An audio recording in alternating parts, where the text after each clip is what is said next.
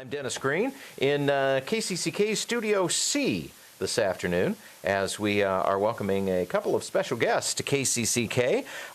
First off, somebody who's no stranger to KCCK, who hangs around here in Kirkwood a lot, Al Naylor, Director of Instrumental Jazz here at Kirkwood. Good afternoon. Nice to see you, Al. Hi. And our special guest clinician and guest artist for this weekend's final Kirkwood Instrumental Jazz Concert, which is coming up tomorrow night.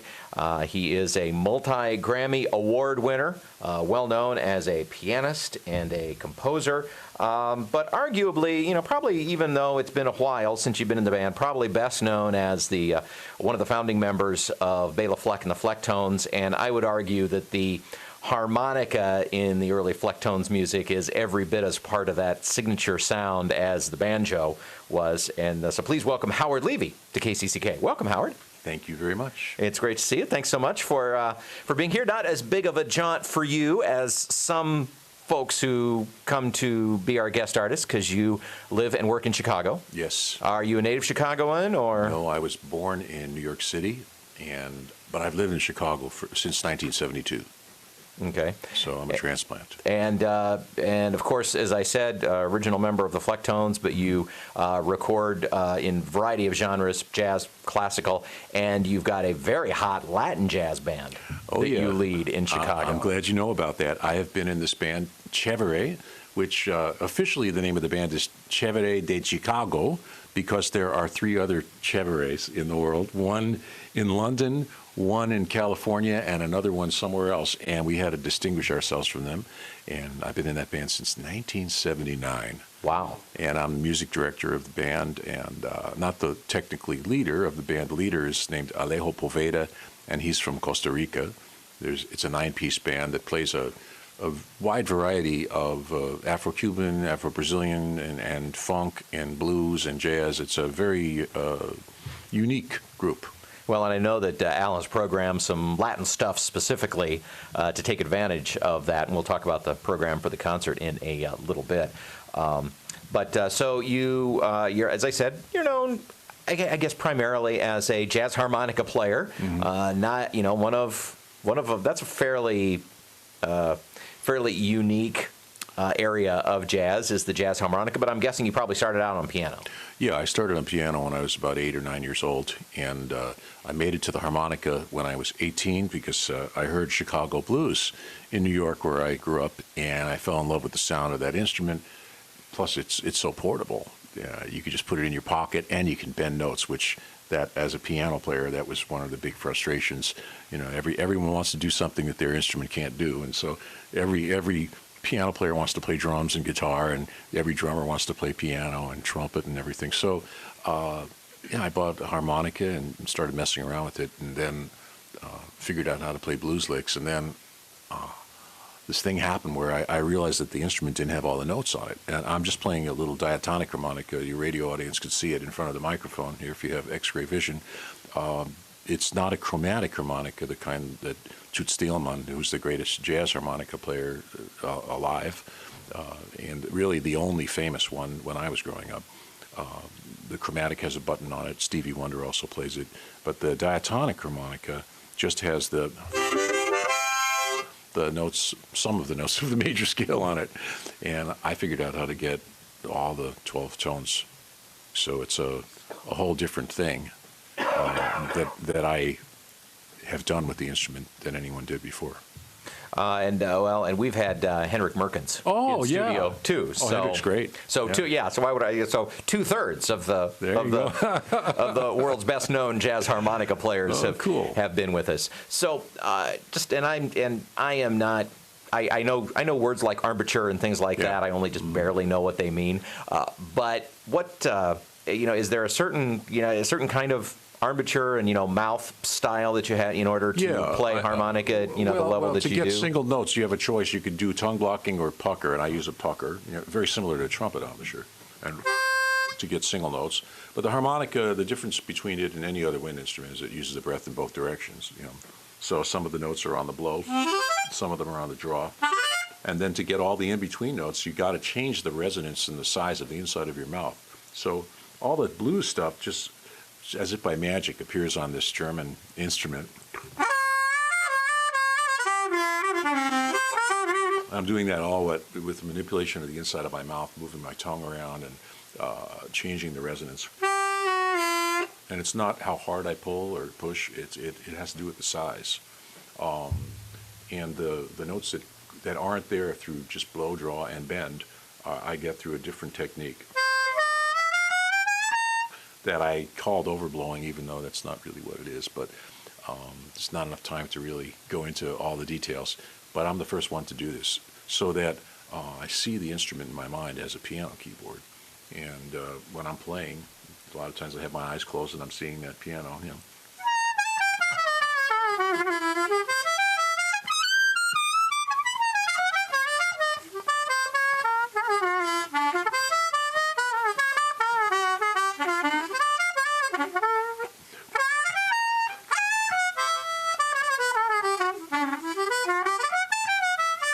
So it doesn't matter, like, I can pretty much play anything in any key on one of these, but I still use different key harmonicas for certain reasons. Because reasons.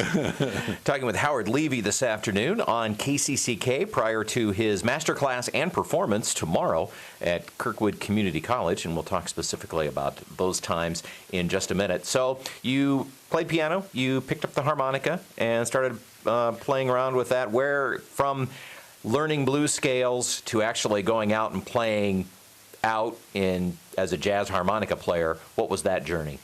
Well, it happened kind of fast because I was playing jazz piano, and I wanted to unify my harmonica playing with the stuff I was doing on piano.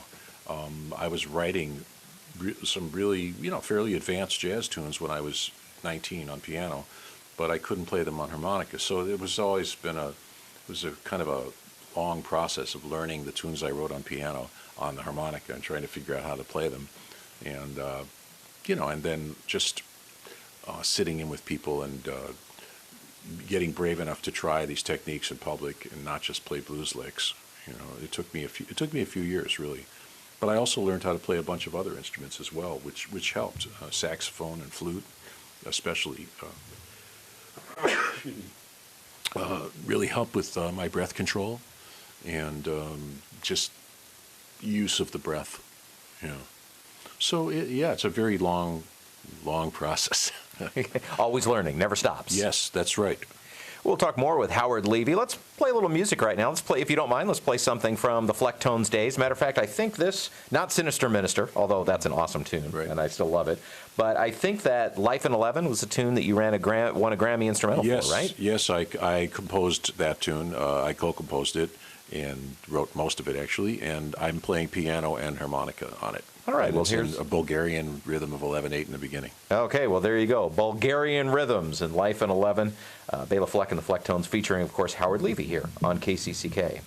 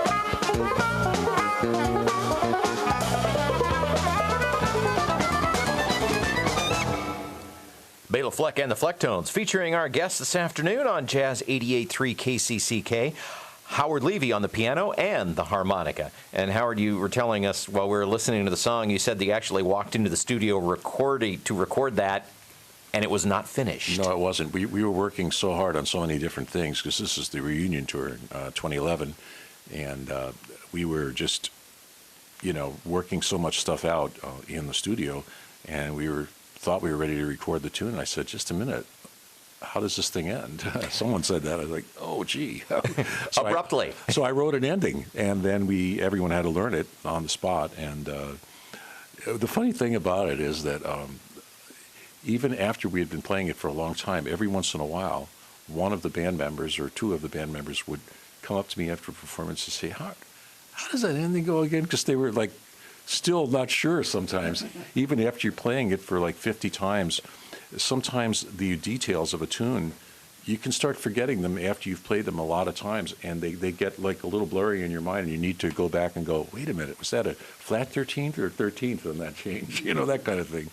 So it's funny how that goes. The other thing that is unique about this tune that we just heard is time signature. You said it's in 11/8 and 11/4. I think it's in 11/16 and 11/4 and 11/2. I mean, it's all. And that's the Bulgarian. You said the Bulgarian. Yeah, the Bulgarian rhythm. one is the one in 11. It's 2-2-3-2-2. So it's taka taka taka ta taka taka. So.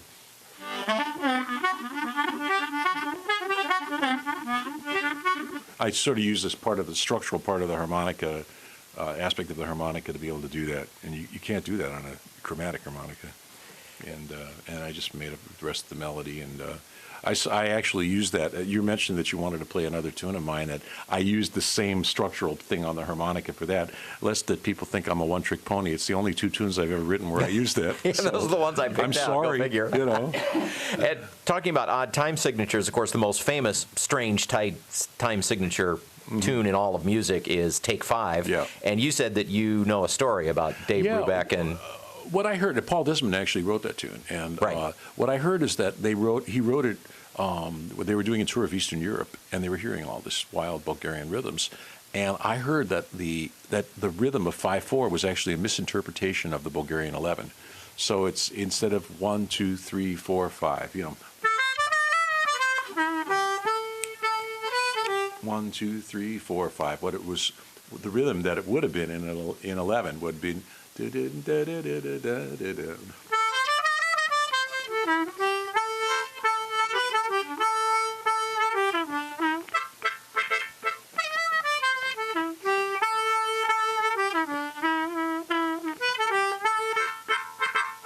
Taka, taka, taka, taka, taka, because I don't think anyone was explaining to those guys, by the way, we're in 11 now, or we're in 13, or because they play in all these rhythms over there it's all dance music. Sure. People dance to it. There's just groups of 2s and 3s, and they make it sound so natural because they're born, they're hearing that in the womb, So you're here to perform with Kirkwood Jazz Ensemble and CR Jazz, and you've been working with students, and I know you're going to have another practice a little bit later on. So as do you ever run into the situation, of course you wouldn't here because all of our students are properly respectful and in awe of everybody who comes through, but do you ever run into a situation where you kind of walk into the room and it's like, yeah, none of us play the harmonica, what are you going to teach us? Oh, well, I mean, I'm not just teaching harmonica. I mean, I teach music. Sure. Although I do have an online harmonica school for anyone who's interested, howardharmonica.com. I made a note of that. I love the harmonica. I have about 250 students from all over the world. It's part of a company called Artist Works. It's fantastic. But yeah, I teach music. When whatever music seems like it's appropriate to teach to whoever I'm teaching, and I've played piano a lot longer than harmonica, so I can teach a lot of that. Are there any things that you've kind of find yourself coming back to in situations like this where you're doing the master class or the short-term rehearsals? Some things that it seems like work and help a band or a player improve that you kind of come back to. Yeah, I mean, one of the most important things I emphasize when I teach is the need for flexibility in playing, and to be able to transpose things into different keys, not just for jazz musicians, but for classical players as well. It really promotes a greater mastery of your instrument, where you're not locked into thinking a particular way on a particular tune. You have to use your ear and everything that you know, like for a classical musician to transpose, let's say, a violin concerto from D into E flat. This is a real big deal. And then I also emphasize playing tunes in different rhythms as well.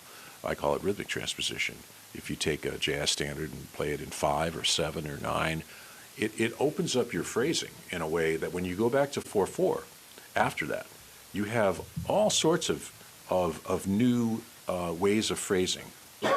So it's these things are in a certain way. It's like when you see a baseball player, the guy's getting up to bat. He doesn't just swing the bat. He puts a lead weight around it first and swings it a whole bunch to make himself stronger, so that when he swings that bat against a pitcher, it feels faster. And so this is the kind of thing to push different concepts on players to make it easier for them to do what they have to do by going beyond what they need to do.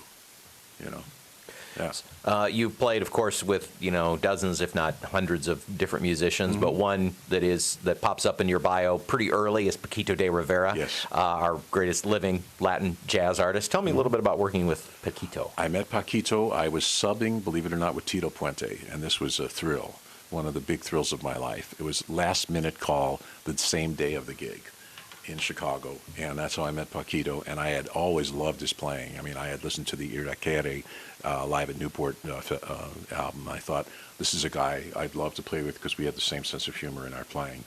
And so we hit it off, and then I went and sat in with him at a gig that he was playing in Chicago on harmonica, and then he started hiring me on piano for touring around the U.S. and then eventually in Europe. And then I played on an album of his called Explosion. I'm on 2 tunes on harmonica, which pretty much put me on the map for a lot of jazz musicians hadn't heard my harmonica playing before. But Paquito is somebody who is passionate about everything he does, and I learned a tremendous amount from him about all different styles of music from South and Central America and the Caribbean, because he's a Cuban musician, but he is like a totally multinational. I mean, his perspective on music covers everything. And so I learned a lot about different styles and switching back and forth between them. And he also he loves Brazilian music. And when I was in the band, there were 3 Brazilians and me most of the time. And so it was just great. Playing sambas with those guys was just the most wonderful thing in the world. Well, I like what you say about the sense of humor that's in his music, because he was here a few years ago, and that was the thing that I took away from his concert, was just the joy and the humor in his playing, his presentation. He's an entertaining guy. Oh, yeah. But you could also just hear it in the music. Yeah, it's equal amounts of passion and sincerity and humor. And a lot of the greatest musicians have all that. If there's a jazz musician without a sense of humor, I usually don't enjoy listening to him. Really.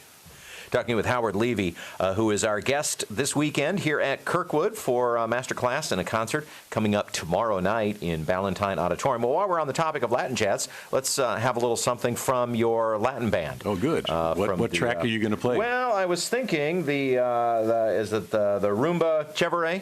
Oh, okay. I don't play on that, but then let's pick another one. Yeah, just something I play on that I wrote. You want a short tune? Yeah, probably. Okay, I wrote this when I was 18 years old, and then I rewrote the melody in my mid-20s, and because I grew up in New York City, and it's called Pucho's Pretzels, and it's the shortest tune on the record, and I play piano on this, and yeah. All right, Chevrolet Datecago with Howard Levy on Jazz 88.3 KCCK.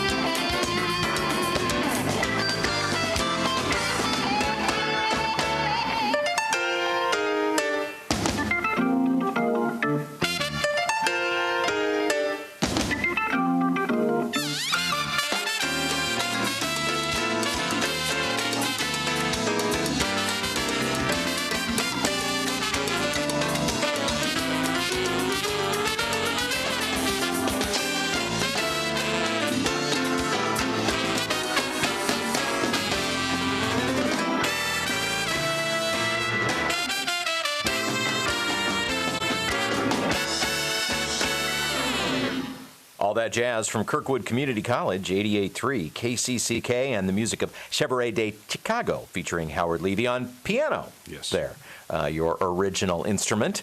And talked to Lee, said that was actually recorded many, many years ago, prior to, in your early days with the band. Yeah, I wrote that tune when I was 18, and then I made the melody a little more elaborate in my mid-20s, and this was recorded in 1993. This album, half of it was done in 93, half of it was done in 2003, and we put it out in 2006. Oh, jeez. It was a long, hard road, my friend. Decades in the making. Yes. Now, speaking of writing, one of the songs that you're going to be playing tomorrow night is actually a world premiere. Yes. Yes. I'm of course struggling for remembering the name because that's One for McCoy. One for McCoy is for McCoy Tyner. Yes. Right. And the band is Scott Ryan Rautenberg. from a college, a friend of yours, Yes. has done a wonderful arrangement of it, and it has never been performed before. And the band has taken to it very well. We have a lot of fun working on it. It's not easy, but we've had a great time working on it. It's typical of Howard with lots of intricate rhythms, and it's very, very exciting, very exciting piece. And you'll probably get to hear me play a little bit of high trumpet on that. And you also have a couple of other guests who are going to be sitting in that you brought in to kind of fill in some of the particular needs that you have. So introduce those women for us. Well, one's a woman. One is Michelle Colton. She will be playing the steel pan on the. We're doing two Jaco Pastorius tunes. One's Liberty City and one is Three Views of a Secret, which will be on the CR Jazz Big Band set. And she'll be playing also with the Kirkwood Band on Azalito, which was done by Mario Bauza, and on one of our tunes here with, I can't remember the name, I'm just full of great talking here today. Great stuff here. So Michelle and Ed East is going to be playing. One of the founders of Orquesta Alta Maiz, and Howard mentioned you heard the salsa band in Iowa heard them City. in downtown Iowa City one day. I said, "Wow!" And I knew Steve Grismore, and so I know some of those guys, and because my girlfriend is from Iowa City, and my daughter went to school there for 4 years. And Jennifer Cunningham on the flute. Jennifer is going to be sitting in with us too. Yes. She's going to actually be playing piccolo. Piccolo. Yeah. So she's excited about that. Jennifer is a very talented piccolo and flute player who is also works here at Kirkwood. Yes, she's the department coordinator for the fine arts, and we're very excited to have her playing with us. And this will be my last concert as the director of jazz studies here, as an interim position that I've had, and I've had a great time. And I'm looking forward to being back to be saying semi-retired, though, also at the same time. Well, it's been wonderful having you here on campus. When Tim Feldkamp had to retire suddenly because of health reasons, I know that the Kirkwood administration just panicked. It's like, who on earth could step in on short notice, who can keep this band going, let alone maybe improve it? And fortunately, there was one person probably in the entire state who could do that, and we were able to get him. Well, that was Al Naylor. I appreciate that. So you've done wonderful things, and I know you're going to continue working with CR Jazz into the future. So so this isn't the last we see of Al. Yeah. Not anywhere close. Well, Howard, this has been great fun talking with you. Now, I do want to mention that we have you at a master class tomorrow, which will be in the band room at Kirkwood, 12:30. Mm-hmm. And I always, I say this every time when I talk with a guest artist. You say the word master class, and it's like, well, I'm not a master. I couldn't possibly go. But really, this is an opportunity to listen to you, hear you talk about music, about your career, like we've been doing here. Yeah. But again, tell me some of the things you like to talk about when you're in that environment. Well, first off, I really hope that some people come and play. I mean, I like playing music much more than I like talking about it. And because if you could talk about music, then it wouldn't be music. You know what I'm saying? So bring your instruments. Prepare a tune. And don't be afraid. No, I won't bite. We're all friends here. Play a tune with me. And that's the way you can learn the most me or anyone else who comes here to do a master class. Interact with someone like me who has a lifetime of experience of playing, and maybe I could, tell you a few things that might help you play better. And maybe you might surprise me with some of the stuff you play that I've never heard anyone else play before. Because with improvisation, people come up with original thoughts and ideas. And that's the whole thing, is the interaction between musicians. Yeah. That we were talking about, that's how music grows. It's not just some guy in a room thinking like, I have a great idea and I'll write it on paper. It's the interaction between people. So that's what I encourage people to do. Well, it's going to be a great day and night on the Kirkwood campus tomorrow, as Howard will be hosting a master class tomorrow at 12:30, and then the concert is at 7:30 tomorrow night in Ballantine Auditorium. Tickets available at the door. That's right. And I want to encourage people who aren't musicians to come to this too, because they will just enjoy listening to Howard and the music that could be at the master class too. It's like a whole second concert, only for free. Yeah, that's right. That's right. So they don't have to be a musician to come to it. Will be very fascinating no matter what. Well, I hope you'll join us for the master class tomorrow or for the concert tomorrow night. And to take us out here, I did have one other tune that I had kind of picked out, and this was kind of funny because you said it's another one that's in 11. No, it's not. But It's I used the same structural lick on the harmonica. That's the only two things I've ever recorded like that. So you probably like that for some reason. I don't know why. But this is from my newest CD. It's called First Takes, and it's with my son on drums and the great Larry Gray, fantastic bass player from Chicago. They had never played together before, and this was my idea. It was to record an album of entirely improvised music. And So you walked in with nothing. Nothing. And just said, okay, let's go. The only things that I would say is like, how about let's play something in 3, or let's play something funky, or sometimes wouldn't say anything at all, just like someone starts something, whether it's Miles or Larry or me. And this one, I just came up with this little lick, and I said, let's play this. And everything you hear, there was no discussion, there's no second take. This is it. And it wandered all over the place, and I'm pretty proud of it. Yeah, it was very fun. So Urban Hoedown to take us out. Gentlemen, thanks again for being here with us today, and looking forward to a great night of music tomorrow.